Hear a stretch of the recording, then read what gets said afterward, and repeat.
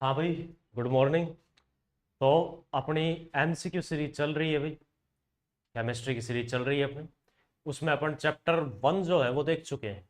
अब इसके बाद में आपके सामने है electrochemistry second chapter. Helpful questions है सारे, अच्छे क्वेश्चंस हैं। देखो भाई, इनको दे रखा है कैथोड और एनोड किसी इलेक्ट्रोकेमिकल सेल में है। कैथोड के बारे में क्या सही होता है, यानी कैथोड की प्रॉपर्टी पूछ रहा है भाई। तुम्हें याद होगा डैनियल सेल। डैनियल सेल में क्या करते हो तुम? जिंक का क्या करवाते हो भाई? ऑक्सीडेशन करवाते हो ना। तो देखो ये ऑक्सीडेशन हो गया। और कॉपर में दो इलेक्ट्रॉन क्या हो जाते हैं, ऐड हो जाते हैं, तो ये कॉपर Cu प्लस आया। इसमें याद है तुम्हें, जिंक तो क्या है, एनोड है, और कॉपर क्या है, कैथोड है। याद है भाई सबको? ठीक है। तो बस वही सिस्टम है यहाँ पर। अब देखो, इस जिंक से इलेक्ट्रॉन निकल करके किसके पास गए हैं, कॉपर के पास गए हैं। या फिर मैं यूं कह दूं कि एनोड से निकल करके इलेक्ट्रॉन कहाँ गए हैं, कैथोड में गए हैं। तो इसका मतलब इलेक्ट्रॉन जो है वो कहाँ चले जाते हैं, वो कैथोड में चले जाते हैं। ठीक है ना। अब बाकी चीजें देख लो भाई। कैथोड पे क्या ऑक्सीडेशन होता है? नहीं, गलत बात है बिल्कुल। कोई ऑक्सीडेशन नहीं होता इस पे। कैथोड को नेगेटिव साइन के साथ नहीं दिखाते अपन। और इंसुलेटिंग विद्युत रोधी सामान का भी नहीं बना होगा। अगर विद्युत रोधी ही ले लोगे तो फिर इलेक्ट्रिसिटी आएगी कहाँ से? ठीक है ना। अब बचा है तुम्हारे पास में सिर्फ यही कि इलेक्ट्रॉन जो है वो कैथोड में चलते जाते हैं, मूव्स इनटू कैथोड। नेक्स्ट देखो फिर। तो इन ड्राई सेल आपके पास में लिया हुआ है शुष्क सेल, और इनमें से कौन सा इलेक्ट्रोलाइट होता है भी, यानी ड्राई सेल, शुष्क सेल में विद्युत अपघट्य कौन सा होता है, ये पूछा हुआ है। तो देखो, अपन ने जो पढ़ा हुआ है तो अपन जानते हैं भी, जो शुष्क सेल या लेक्लांश सेल है इसके अंदर दो इलेक्ट्रोलाइट होते हैं। एक तो ZnCl2 होता है, और एक कौन सा होता है, NH4Cl होता है। तो देखो, एक तो NH4Cl है और एक ZnCl2 है। ये दोनों जो है इसमें इलेक्ट्रोलाइट या विद्युत अपघट्य की तरह काम आते हैं। अब इसमें से अपने पास में ऑप्शन में कौन सा दे रखा है, अमोनियम क्लोराइड दे रखा है। तो वही ऑप्शन में अपने हो जाएगा। ठीक है ना। चलो नेक्स्ट देखें फिर। नेक्स्ट है तुम्हारा कि लेड स्टोरेज सेल, या मैं कह दूं सेकेंडरी बैटरी, इसमें क्या गलत है।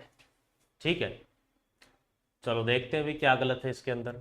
तो इसमें तो देखो भाई, पहला ही ऑप्शन ही गलत आ गया है तुम्हारा। आगे सोचने की जरूरत ही नहीं है, पहले में ही काम हो जाएगा तुम्हारा। क्यों भाई? अभी थोड़ी देर पहले मैंने क्या कहा था, ये कैसी बैटरी है, ये सेकेंडरी बैटरी है, द्वितीयक बैटरी है।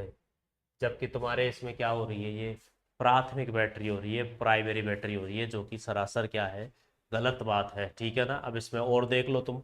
कैथोड जो है वो बिल्कुल सही बात है, PbO2 का बना हुआ होता है। ठीक है। एनोड जो है बिल्कुल लेड का ही बना हुआ होता है। ठीक है ना। और इसमें इलेक्ट्रोलाइट जो है वो 38% सल्फ्यूरिक एसिड काम आता है। तो बिल्कुल सही बातें हैं बाकी सारी। गलत यही है कि ये प्राइमरी सेल नहीं, ये सेकेंडरी सेल है। चलो नेक्स्ट। आपका इलेक्ट्रोलाइटिक कंडक्टर है आपके पास में, विद्युत अपघटनी चालक, और पूछना चाह रहा है कि भाई इसके अंदर चालकता किस वजह से होगी वैद्युत अपघट्य के अंदर। तो तुम जानते हो भाई, वैद्युत अपघट्य इलेक्ट्रोलाइट क्या होते हैं, आयन की वजह से बनते हैं। तो जितने ज्यादा उसमें आयन मूव करेंगे उतनी ज्यादा उसकी क्या होगी, कंडक्टिविटी या चालकता होगी। तो आयनों की गति, ठीक है ना, आयनों की गति यहाँ पर मायने रखती है। अब तुम ये भी कह सकते हो भाई, इलेक्ट्रॉन तो इलेक्ट्रॉन आयन थोड़ी है।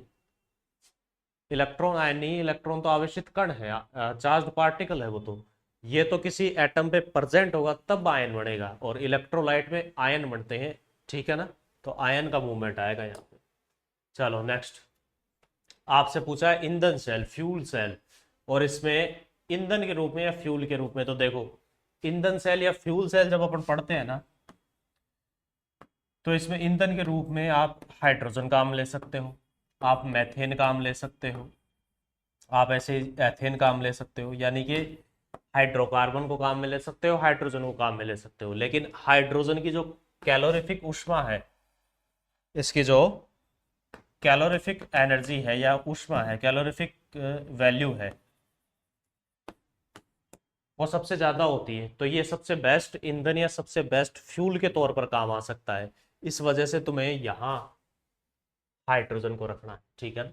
चलो, सबसे बेस्ट ये है, और इनमें से तो कोई दिया हुआ है ही नहीं पहले ही।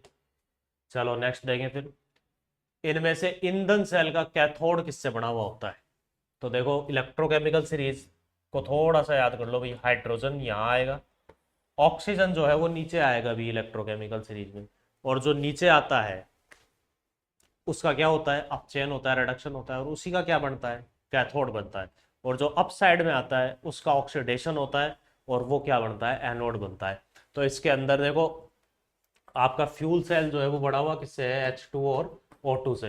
अरे इससे बना हुआ ना है, ओए इधर देख रहे, देख किससे बना हुआ होता है, H2 और O2 से बना हुआ होता है ईंधन सेल, ठीक है ना। तो इसमें हाइड्रोजन जो है वो तो किस काम आएगा भाई, एनोड की तरह काम आएगा, और O2 जो है वो किस काम आएगा, वो सॉरी O2 जो है वो कैथोड की तरह काम आएगा, और हाइड्रोजन जो है वो एनोड की तरह काम आएगा। और इसने यहाँ पर कैथोड ही पूछा हुआ है, तो अपना हो जाएगा भाई ऑक्सीजन, ठीक है। ऑक्सीजन क्या हो जाएगा यहाँ पे, कैथोड। चलो नेक्स्ट, प्लेटिनम इलेक्ट्रोड का प्रयोग करना है तुमको, और तुमसे पूछ रहा है कि एनोड पर क्या प्राप्त हो, प्लेटिनम इलेक्ट्रोड, ठीक है। एक तो प्लेटिनम इलेक्ट्रोड है तुम्हारे पास में, और एक H2SO4 ले रखा है। तो भाई सीधी सी बात है, प्लेटिनम तो डाउन साइड में है, और H2SO4 से जो ऑक्सीजन आएगी वो अप साइड में आएगी, अप साइड में आएगी, तो एनोड का काम ऑक्सीजन ही करेगी, सीधी सी बात है, इसमें सोचने की कोई बात ही नहीं है।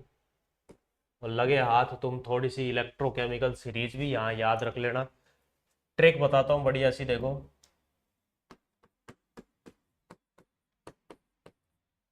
लिखा राम, ठीक है ना, काना राम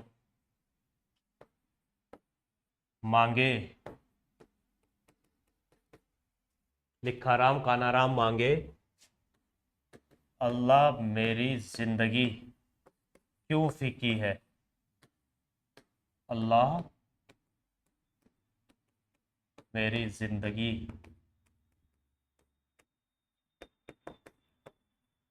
क्यों फीकी है, कोई निगाह सुंदर सी पड़े, हाय, कोई निगाह, हाँ अब आया ना तुम्हें लाइन पर, कोई निगाह देखते ही, कोई निगाह सुंदर सी पड़े, बस ये सुंदर वर्ड में तो अटकी हुई है तुम्हारी पूरी दुनिया। कोई निगाह सुंदर सी पड़े,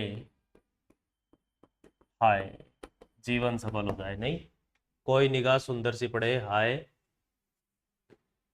क्यों आगे हो गई औरत फलाने वाले की, क्यों आगे हो गई औरत फलाने वाले की। ये लो, ये तुम्हारा ऑर्डर है, इसमें जो सबसे ऊपर है वो लिथियम है, फिर यूं ये कंटिन्यूस नीचे चलते जा रहे हैं अभी, मैग्नीशियम के नीचे आएगा एल्यूमिनियम, ऐसे चलते हुए लास्ट कहाँ तक है, फ्लोरीन तक, ठीक है। ये तुम्हारा मेनली जो है इलेक्ट्रोकेमिकल सीरीज है, यहाँ काम आ जाती है तुम्हारे, इसमें कहीं कहीं तुम चीज़ें फिट कर सकते हो, जैसे ऑक्सीजन है वो डाउन साइड में ही आता है, ठीक है ना। चलो नेक्स्ट, वो उपकरण जो हाइड्रोजन और मिथेन को सीधे किस में चेंज कर देगा, विद्युत ऊर्जा में। तो अभी थोड़ी देर पहले तो आया था तुम्हारे, हाइड्रोजन और जो मैथेन है वो ईंधन के रूप में, फ्यूल के रूप में काम आ रहे हैं, तो यहाँ उनको जो इलेक्ट्रिकल एनर्जी में चेंज करेगा वो कौन होगा भाई, ईंधन सेल होगा। यहाँ जो काम आएगा वो कौन होगा, ईंधन सेल या फ्यूल सेल हो जाएगा, ठीक है।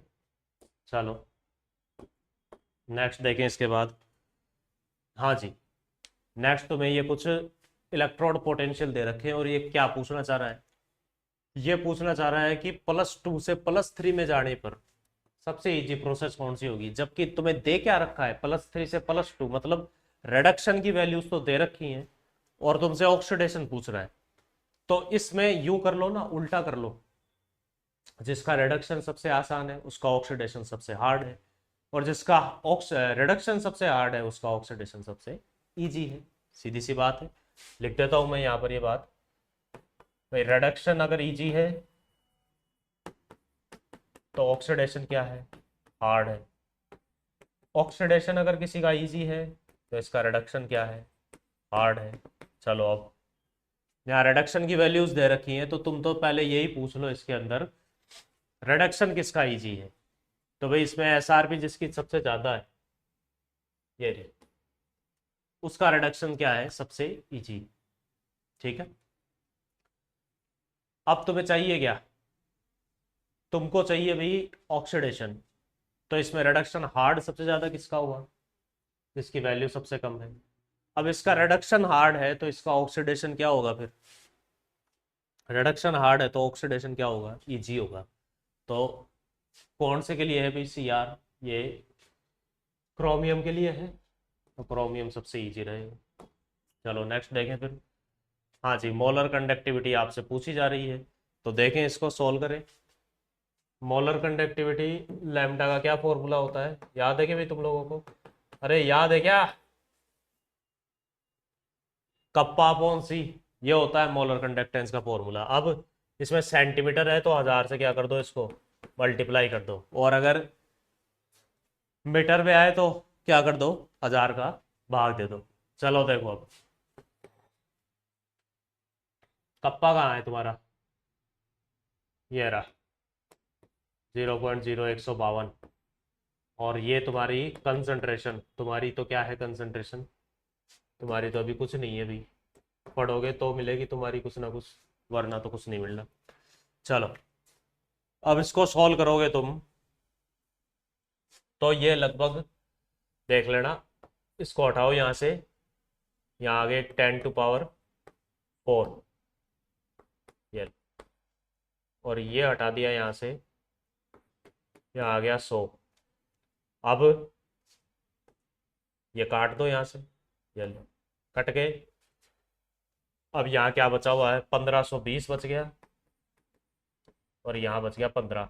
अब ये तो सीधी सी बात है कि अगर यहाँ 1500 कर लो तो ये 100 हो जाएगा, तो ये 100 से थोड़ा सा कुछ आगे आएगा, तो ये आ गया 101। ऐसे जुगाड़ से भी तो सोल्व कर सकते हो ना, ऑलमोस्ट 101 आ जाएगा। चलो नेक्स्ट। हाँ जी, ये बढ़िया क्वेश्चन, ये गिब्स फ्री एनर्जी से होता है ये क्वेश्चन।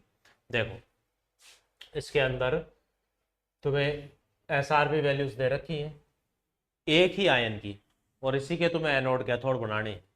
तो देखो डेल्टा जी जो है minus n F E cell, ठीक है ना। तो एफ तो देखो कॉमन है, वो तो हटा दो उसको, तो तुम तो यहाँ ये देखो, इसमें इलेक्ट्रॉन दो ट्रांजेक्शन हो रहे हैं, ई नोट सेल क्या है इसका 337 है, ठीक है। तो यहाँ से इसकी वैल्यू क्या हो जाएगी भी, ये 337 का डबल करो देखो, 6 1 7, 674 के आसपास हो जाएगा ये, ठीक है ना, 674। अब इसके बाद एस आर पी वैल्यूज तुम्हें पता है यहाँ पर किस में आएगी, एस आर पी वैल्यू तो पॉजिटिव में आएगी ना, रिडक्शन के लिए दे रखी है। और तुम्हारा यहाँ जो है, यहाँ एक ही इलेक्ट्रॉन है, एक ही इलेक्ट्रॉन है, तो यहाँ पर क्या लिख सकते हो तुम,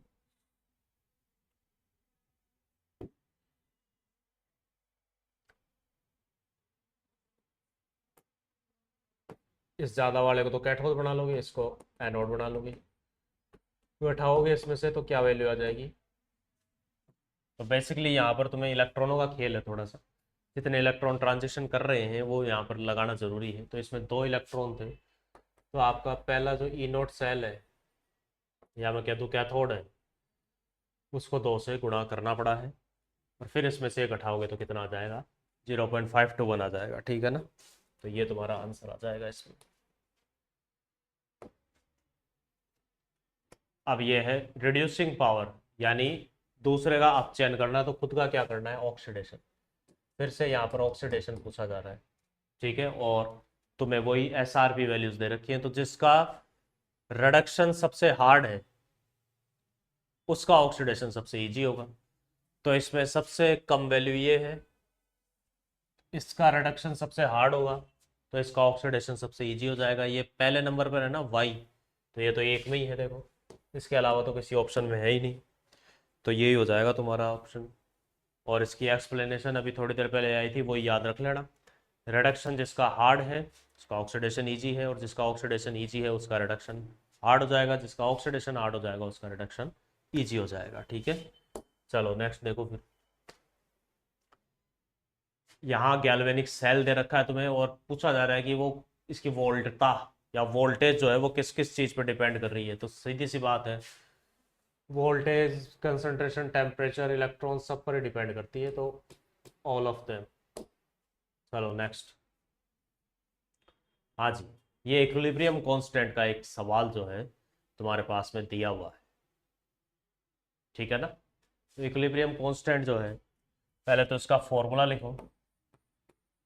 लॉग के इक्विलिब्रियम क्या होता है, एन ई सेल 0.05 ठीक है। कितने इलेक्ट्रॉनों का ट्रांजेक्शन हो रहा है, तो देखो यहाँ पर 2+4 चल रहा है, मतलब 2 इलेक्ट्रॉनों का ट्रांजेक्शन हो रहा है। ई नोट सेल कितना दे रखा है तुम्हें, ये दे रखा है 0.321, ठीक है, माइनस में, और नीचे आ गया इसके 0.0591, ठीक है ना।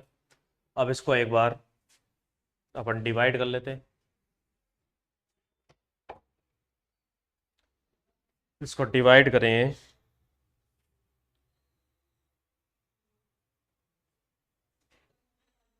तो 321 को डिवाइड कर लो, पहले तो इसको 2 से मल्टीप्लाई कर लो, और फिर 0.591 से डिवाइड कर लो, तो ये आ गया इसमें -10.86, ये आ गया। अब इसका तुम एंटीलॉग बनाओगे, एंटीलॉग बनाओगे क्योंकि लॉग को इधर भी तो ट्रांसफर करोगे। एंटीलॉग बनाते ही देखो, यहाँ -11 लिखोगे, +11 लिखोगे, -10.86 लिखोगे, तो यहाँ से क्या आया अभी, यहाँ से एक तो आ गया तुम्हारे पास में 0.14, और एक 10⁻11। 0.14 को देखो, log 1.4 जो होता है वो होता है 0.14 के बराबर, तो 0.14 किसके बराबर हो जाएगा, 1.4 के। यहाँ से आ गया 1.4 इंटू 10⁻11, तो ये लो, ये आंसर इसका आ जाएगा। चलिए, अब ये आवेश के क्वेश्चन है, बढ़िया क्वेश्चन है। H2O को O2 में ऑक्सीडेशन करवा रहा है अभी, H2O को O2 में तोड़ रहा है, यानी O2 2 नेगेटिव में तोड़ेगा, यहाँ 2H+ आएगा। 2 इलेक्ट्रॉन का क्या हो रहा है यहाँ पे, ट्रांजेक्शन दिख रहा है यहाँ पे, 2 इलेक्ट्रॉन। अब इसमें कॉन्सेप्ट क्या होता है, एन इलेक्ट्रॉन एन ही फेराडे, जितने इलेक्ट्रॉन उतने फेराडे चार्ज, ठीक है। तो कितने इलेक्ट्रॉन है भाई, 2 इलेक्ट्रॉन, 2 इलेक्ट्रॉन मतलब 2 फेराडे चार्ज। फेराडे की वैल्यू कितनी होती है, 96,500 होती है। इसको मल्टीप्लाई कर लो, मल्टीप्लाई कर लोगे तो कितना आ जाएगा ये, 1.93 इंटू 10⁵ कूलाम, ये लो। चलो नेक्स्ट देखो फिर। हाँ जी, एल्यूमिनियम 27 ग्राम है, चलो लिखते हैं देखो। ये ला एल्यूमिनियम, ये टूटा Al3+ में कितने इलेक्ट्रॉन का ट्रांजेक्शन होता है, 3 इलेक्ट्रॉन का। एल्यूमिनियम का भार कितना है अभी, 27 ग्राम, तो अपन लिख सकते हैं अभी 3 फेराडे, देखो 3 इलेक्ट्रॉन, तो मतलब कितने फेराडे, 3 फेराडे, तो 3 फेराडे के लिए तो एल्यूमिनियम कितना मिला, 27 ग्राम।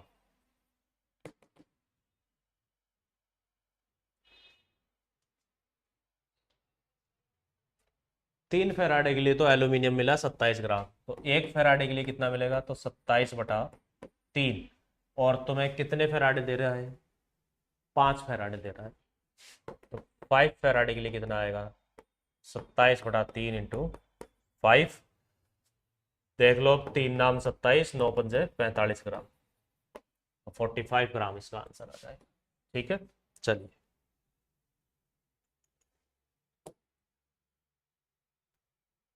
ये तो हो ही गया अपना आंसर, और ये हो ही गया था,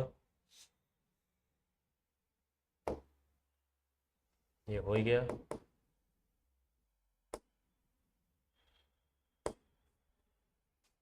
हाँ जी, 16वां भी हो गया। हाँ, unit of Faraday, Faraday charge की यूनिट पूछनी चाह रहा है, ये तो सीधा याद रखना है अभी आपको, कूलाम पर मोल। चलिए नेक्स्ट, नेक्स्ट है आपके पास में फेराडे के अकॉर्डिंग, जब इलेक्ट्रोड पे कोई वेट जमा होता है तो उसको इक्वल किसके करते हो? ठीक है ना, इलेक्ट्रोड का जब वेट जमा होता है तो वो इक्वल किसके होता है? तो जेड क्यू के होता है, या फिर मैं यूं कह दूं पहले तो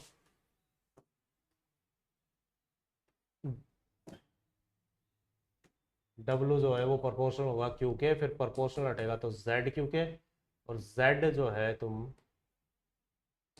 क्या लिख सकते हो? एम अपॉन एन एफ, और क्यू लिख सकते हो आई टी, तो m I T upon n F, इस तरीके से ये सूत्र भी बनता है। तो इसमें तुम ये लिख लो। चलो नेक्स्ट, देखो फिर से आवेश का क्वेश्चन है, तो देखो सोडियम है, सोडियम को तुमने Na प्लस में तोड़ा, तो इसमें एक इलेक्ट्रॉन काम आया, एक इलेक्ट्रॉन का मतलब कितने फेराडे काम हुए? 1 फेराडे। यहाँ इसका वेट कितना है? 23 ग्राम। तो देखो 23 ग्राम प्राप्त करने के लिए तो कितना फेराडे चाहिए? 1 फेराडे। अब इसका आधा कर दिया इसने, 11.5, तो 11.5 प्राप्त करने के लिए फेराडे भी आधा ही चाहिएगा, तो ये आ गया आपका 0.5 फेराडे। ठीक है ना, और अगर ऐसे नहीं होता तुमसे तो ऐसे कर लो, 23 ग्राम के लिए कितना चाहिए? 1 फेराडे, 1 ग्राम के लिए 1/23, और 11.5 ग्राम के लिए कितना चाहिए? तो कटेगा यहाँ से, कितना आ जाएगा? 1/2, 1/2 का मतलब 0.5। ठीक है, नेक्स्ट देखो, एक गैल्वेनिक सेल है, मतलब डैनियल सेल की बात कर रहा है कि इसके अंदर तुम्हारा इलेक्ट्रॉन जो है वो फ्लो कैसे होगा। तो इलेक्ट्रॉन भी फ्लो कैसे होता है? ये एनोड से कैथोड की तरफ ही होता है, ठीक है ना। बात ये आती है कि एनोड से कैथोड की तरफ तो होता है, लेकिन सॉल्यूशन में से होगा या बाहर से होगा? तो देखो डैनियल सेल का एक छोटा सा अपन जैसे एग्जाम्पल बना लें, तो ये इसका साल्ट ब्रिज है, यहाँ ये जो इसका एक्सटर्नल सर्किट है भी इलेक्ट्रोड, इस एक्सटर्नल सर्किट से जो है इलेक्ट्रॉन मूव करेगा। ये लो। चलो, हाँ जी, असत्य कथन, लिक्विड, लिक्विड जंक्शन को मिटाने के लिए साल्ट ब्रिज काम आता है, ठीक है, सही बात है। गिव्स फ्री एनर्जी का n F E naught cell formula होता है, चाहे तो ई नोट सेल लिख दो चाहे ई लिख दो, कोई दिक्कत नहीं है इसमें। और ये तुम्हारा नेरनेस्ट इक्वेशन ये भी हो जाता है। हाँ, H2O2 सेल, या मैं कह दूं फ्यूल सेल, इस फ्यूल सेल की जो दक्षता है ना वो 70% होती है, जबकि यहाँ 23 है, ये गलत बात है। आ जाओ, लेड स्टोरी बैटरी को जब चार्ज करते हो तब क्या होता है? सीधी सी बात पूछ रहा है तुमसे।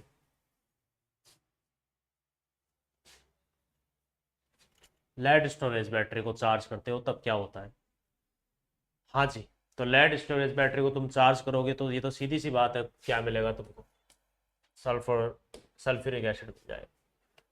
हाँ जी, एक ऐसा सेल जो कि विद्युत ऊर्जा को किस में चेंज कर रहा हो? रासायनिक ऊर्जा में, तो वो कौन सा सेल होगा? तो सीधी सी बात है, दो टाइप के सेल होते हैं देखो, एक तो होता है तुम्हारा इलेक्ट्रोकेमिकल, तो एक होता है तुम्हारा इलेक्ट्रोलाइटिक। इलेक्ट्रोकेमिकल तो क्या करता है? केमिकल एनर्जी को किस में चेंज कर देता है? इलेक्ट्रिक में। और इलेक्ट्रोलाइटिक जो है वो इलेक्ट्रिक एनर्जी को किस में चेंज कर देता है? केमिकल एनर्जी में। तो ये यही तो पूछ रहा है, इलेक्ट्रिकल को केमिकल में कौन चेंज करेगा? तो इलेक्ट्रोलाइटिक सेल कर देगा। ठीक है ना।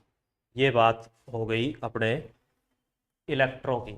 ठीक है, इलेक्ट्रोकेमिस्ट्री की अपना सेकंड चैप्टर ये हो गया। वन बाई वन ऐसे ही आपको सॉल्यूशन मिलता रहेगा। तीसरे चैप्टर के साथ मिलते हैं आपसे। बढ़िया क्वेश्चन है ये, ओरिएंटेड है एग्जाम के हिसाब से और हेल्पफुल रहेंगे आपके लिए। ठीक है, चलिए मिलते हैं।